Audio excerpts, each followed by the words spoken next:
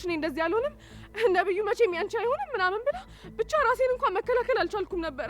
እንዴት አድርጋ እንደደበደበችኝ አላቅም። ማስታወስ ራሱ አልችልም። አብሽ ዝጊ አንቺ ውሻ። አሁን እንኳን ማስመሰል አይበቃሽም እንዴ? ሰው ግን እንዴት ነው በዚህ ልክ ማስመሰል የሚችለው? አንቺ በቃ ይበቃሻል እንዴ? እፍረት እንኳን የሚባል ነገር አልፈጠረብሽም እንዴ? በቃሽ አሁን ሂጂ። እሺ እሄዳለሁ፣ ግን አንድ ነገር ብቻ አንድ ነገር ስማኝ። ዞር በያለሽ አይደል እንዴ? ለምንድን ነው የማትሄጂው? ሂጂ በቃ ወደዛ። ምንም ነገር ልሰማሽ አልፈልግም። ዞር በይልኝ አልኩሽ። አፈቅርሃለሁ።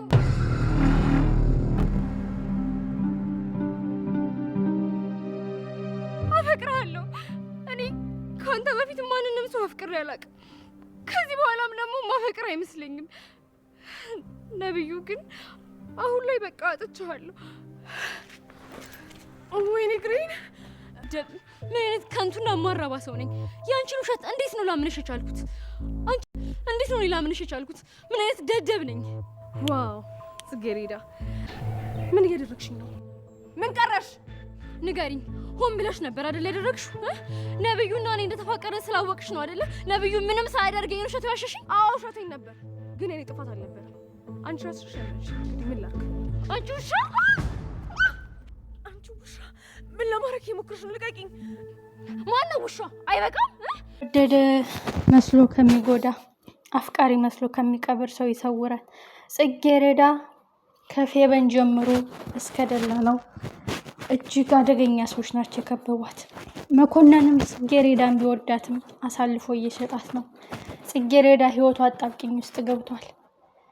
እጅግ የሚያሳዝን ጉዳይ።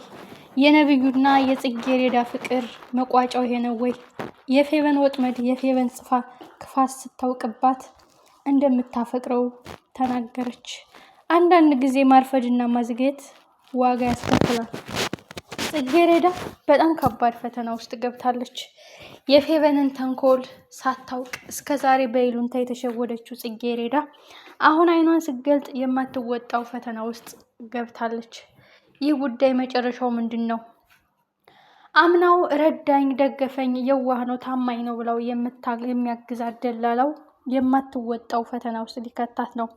እሱን ካላገባች የእርቃን ቪዲዮ እንደሚለቅባት፣ እሱን ካላገባች ወንጀል ውስጥ እንደሚከታትና በወንጀል እንደምትፈለግ አድርጎ ያቀነባበረባት። ከዚህስ እንዴት ነው የምታመልጠው? ከዚህስ እንዴት ነው የምትወጣው? በጣም አጣብቂኝ ውስጥ ነው የከተቷት። ይህን ሁሉ ሴራ የምታውቀው ፌበን የነብዩን የውሸት ፍቅር እሱ ያፈቅረኛል እኔም አፈቅረዋለሁ ከእሱ አርግዤ ነበር እያለች በውሸት ስደልላትና ስትቀጥፋት የነበረችው ጽጌረዳ የፌበንን ተንኮል ስላወቀችባት መግቢያ ቀዳዳ ጠፍቷታል። ያላት አማራጭ ብታረፍድም በቃ አሁንም አፈቅርሃለሁኝ፣ በመሀላችን የገባው ጋሬጣ አንድ ቀን ይገባሃል፣ ላስረዳህ ብትለውም በልክና በንዴት አንቺን የምሰማበት ጊዜ አልፏል ያላት ነብዩ፣ የኋላ ኋላ ግን እውነታው ሲፈነዳ ምን አይነት የእግር እሳት ይሆንባቸዋል? ወይዘሮ ዘርፌ አሁንም ጽጌረዳ የሚገጥማትን ወጥመድና ፈተና ታውቃለች እንዴ? አንዳንድ ሚስጥሮች አይነገሩም። ጽጌረዳ እባክሽን ይቅርበኝ በማለት ቁም ሳጥን ውስጥ ያስቀመጠችው ፎቶስ ምንም በተመለከተ ነው? ዘርፌ ይህን እንኳን ልነግርሽ አልችልም ያለችበት አጋጣሚስ ምንድን ነው? ጉዳዩ አሁን ከተጠመደላት ወጥመድ በስተጀርባ የፌበን እናት ወይዘሮ ዘርፌ አለችበት እንዴ? በጣም የሚያሳዝነው ነገር ጽጌረዳ አሁን ሁሉም ሰው ጭራቅ ሆኖ ሁሉም ሰው አውሬ ሆኖ ነው እየታያት ያለው። ምክንያቱም ፌበን እንደዛ በነብዩ ፍቅር ተጎዳው፣ እኔ ሳረግዝ እሱ ከዳኝ፣ እባክሽን እርጅኝ፣ ይህን ልጅ ልወልደው አልፈልግም እያለች ከኋላዋ ቪንቶ አፍስሳ ልጁን ያስወረደች የምታስመስለው ፌበን በዛ ስቃይ ውስጥ ስታልፍ ይህን ያህል ተጎድታ ምንም ከአንድ እናት ባንወለድ እህቴ ናት በማለት ስትሸወድ የከረመችው ጽጌረዳ እውነታው ሲገለጥላት አሁን መግቢያ ቀዳዳው ጠፍቷታል። ነብዩ ከሷ ቢያመልጥም እውነቱን አውቆ እንዲሄድ አፈቅርሃለሁ፣ ካንተ እንድሸሽ ያረገኝ፣ ካንተ እንድርቅ ያረገኝ ምክንያቱም ብሰማይ መልካም ነው፣ ግን አሁንም አፈቅርሃለሁኝ በማለት እንግዲህ ጉዳዩን ነግረዋለች። ነብዩም ይሄን በመስማቱ ደስ ያለውም ይመስላል፣ የደነገጠም ይመስላል። ግን ትልቁ ጥያቄ የሆነበት ልነግረው የነበረው ጉዳይ ምን እንደሆነ ሳያውቅ በመለያየታቸው ነው። ያ ተንከሲስ አገዝኩሽ፣ እኔም የተቸገረን ሰው ማገዝ ያስደስተኛል እያለ ከእግሯ የማይጠፋው አሁን አጣብቂኝ ውስጥ ሊከታን ነው። ለነብዩ ምክንያቷን ሳትነግረው እሷ ደግሞ እኔን ካላገባሽ ትታሰሪያለሽ፣ እኔን ካላገባሽ የእርቃኑን ቪዲዮ ለቀዋለሁ በማለት ሊያገባትና ሊያስፈርማት ነው። እንደ ምክንያት አድርጎ እህቴንና እናቴን ተዋወቂ፣ እቤት ውስጥ ስለ አንቺ አውርቼ አልጠግብም፣ ሁልጊዜ ካፌ አጠፊም። በዚህ አጋጣሚ ይችን ንጹሕ የሆነች ከአንደበትህ የማጠፋ ከምላስህ የማትጠፋው ጽጌረዳን ልናውቃት እንፈልጋለን ስላሉኝ እንድትተዋወቂያቸው ነው በማለት እየሸወዳት ነው።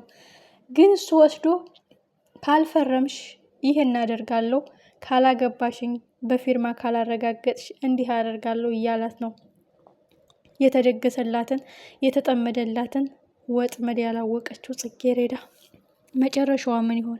የነብዩና የጽጌረዳ ጠላቶች በዙሪያቸው ያሉ የቅርብ ጓደኞቻቸው ናቸው። እጅግ ያሳዝናል፣ እጅግ ልብ ይሰብራል። እውነታውን ካወቀች በኋላ ሰውን እንዴት ልመን፣ ሰውን እንዴት ልጠጋ ነው የምትለው ጽጌረዳ እና በጣም ያሳዝናል። ያውም ፌቨንን በደንብ አርጋ ብቀጠቅጣት መልካም ነበረ። ሁልጊዜ የምትጨነቀው ሁልጊዜ የምትንቀጠቀጠው የጽጌረዳ እናት አሁን በልጇ ላይ ስፈራውና ስትጨነቅበት የነበረው ጉዳይ ሊደርስባት ነው። እሱ ምን ታውቃለች? ሰው ከባድ ነው። በተለይ አፍላ እድሜ ያለ ልጅ፣ አፍላ እድሜ ያለ ወጣት እነሱን መቅጸፍ፣ እነሱን እንደ አበባ መምጣት ይፈልጋሉ። ለዛ ነው ከእጄ እንድትርቅ ከቤት እንዳትወጣ የምፈልገው። ከቤት ወደ ትምህርት ቤት፣ ከትምህርት ቤት ወደ ቤት እያልኩኝ ስኮተኮት ያሳደግኩት።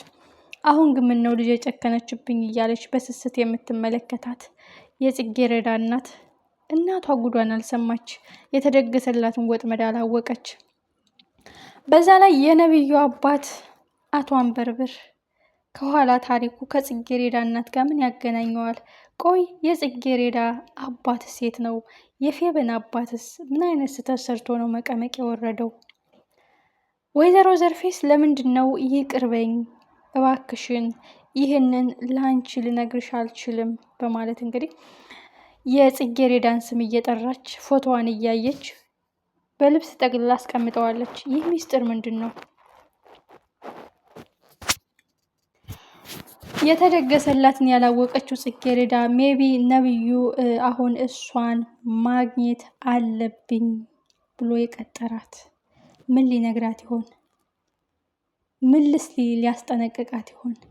መኮንን የነ ነብዩን ንብረት መውሰድ ቢፈልግም ሰራተኛ አስገብቶ ነገሮችን በስነስርዓት ለማስኬድ እየሞከረ ነው። ግን ጽጌረዳን እንዴት ነው የሚታደጋት?